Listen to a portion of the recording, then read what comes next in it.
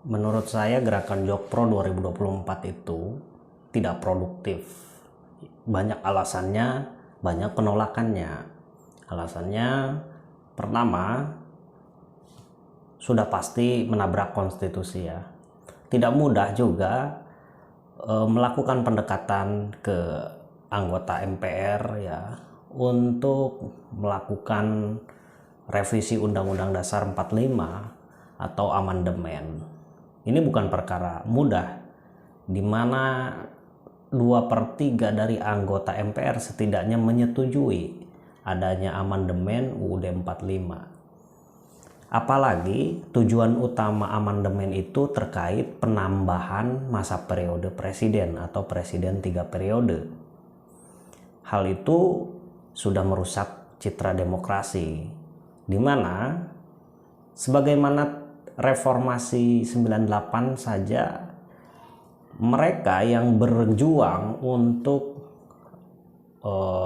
mengembalikan demokrasi Indonesia yang notabene terjadi monopoli kekuasaan, itu kan tujuannya apa? Yaitu untuk perjuangan demokrasi, kesehatan demokrasi.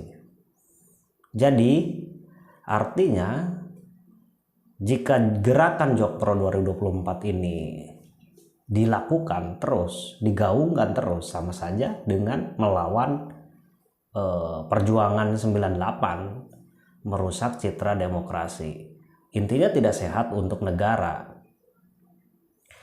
Dan hukum sebab akibat ya, di mana adanya gerakan Jokpro 2024 ini artinya harus menambah masa periode presiden 3 periode, dan harus melakukan amandemen UUD 45 dan harus melakukan pendekatan ke MPR untuk mau melakukan revisi UUD 45 atau amandemen dengan cara minimal 2/3 dari anggota MPR menyetujuinya.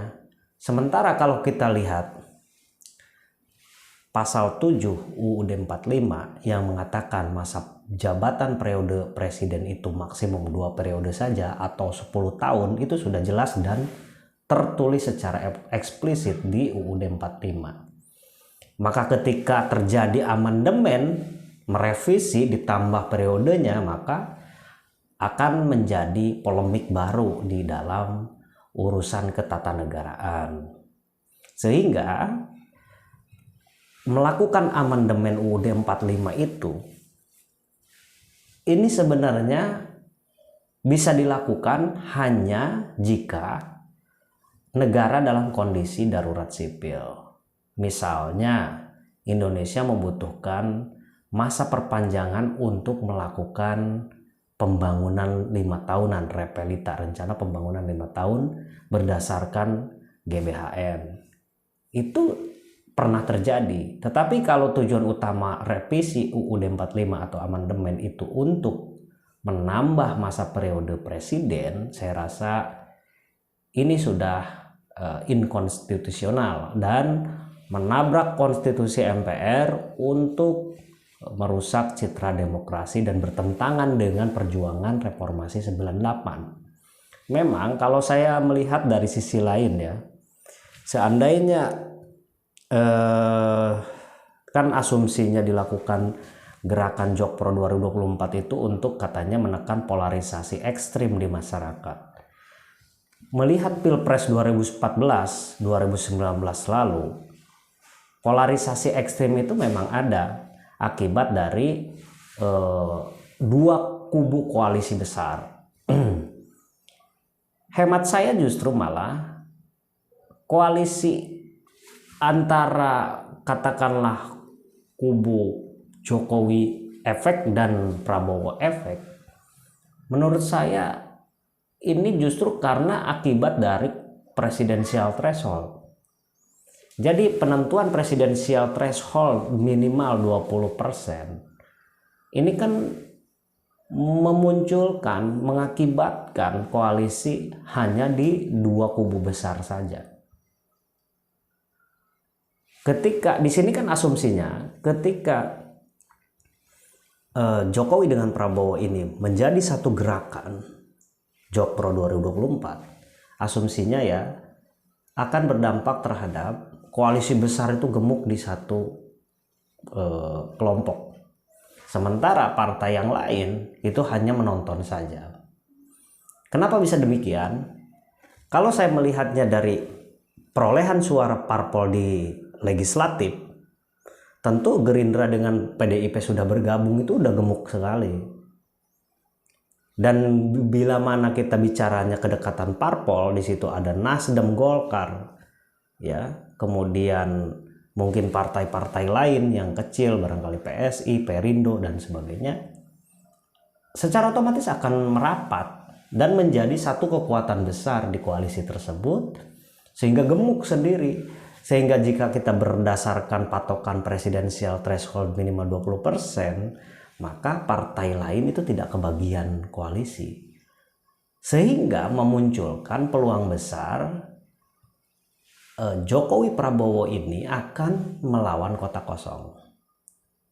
Dan kalau melihat elektabilitas survei ke survei, memang elektabilitas Jokowi ini masih kuat. Jokowi efek ini masih kuat.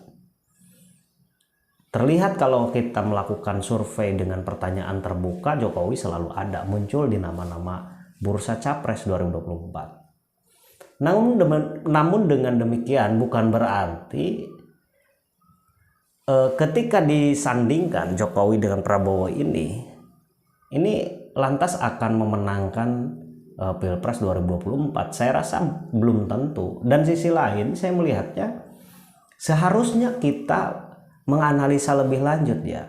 Apakah memang benar jika Jokowi Prabowo ini disandingkan akan menekan atau menghilangkan polarisasi ekstrim di masyarakat? Saya rasa juga belum tentu, dan ini harus diuji hipotesis. Apakah signifikan, apakah besar atau tidak? Dan kemudian ya mestinya kita lebih memikirkan kepentingannya dibandingkan orangnya. Artinya kepentingan Jokowi dan kepentingan Prabowo di dalam Pilpres 2014 maupun 2019, kenapa tidak digabungkan aja untuk 2024 menghadirkan sosok baru gitu. Dan kemudian juga soal presidensial threshold juga bisa menjadi alternatif untuk direkomendasikan, diturunkan ambang batasnya, sehingga peluang koalisi partai lain itu tidak terjadi dua kubu saja. Saya rasa itu yang menyebabkan terjadinya polarisasi ekstrim di masyarakat, di mana koalisi itu sangat menentukan ya. Pembentukan koalisi itu sangat menentukan dan berpengaruh besar terhadap efek masyarakat itu. Bila mana koalisi itu terbentuk minimal 3, saya rasa ada pembanding, tidak terjadi politik belah bambu atau pemecahan suara secara apple to apple antar golongan atau antar kelompok. Saya rasa itu yang bisa saya sampaikan, mudah-mudahan mencerahkan kita semua. Kita berpikir secara logik ya, berpikir secara analitis ya, jadi tidak hanya berpikir untuk ambisi pribadi atau golongan saja. Saya Asep Saipudin, peneliti. Salam sehat.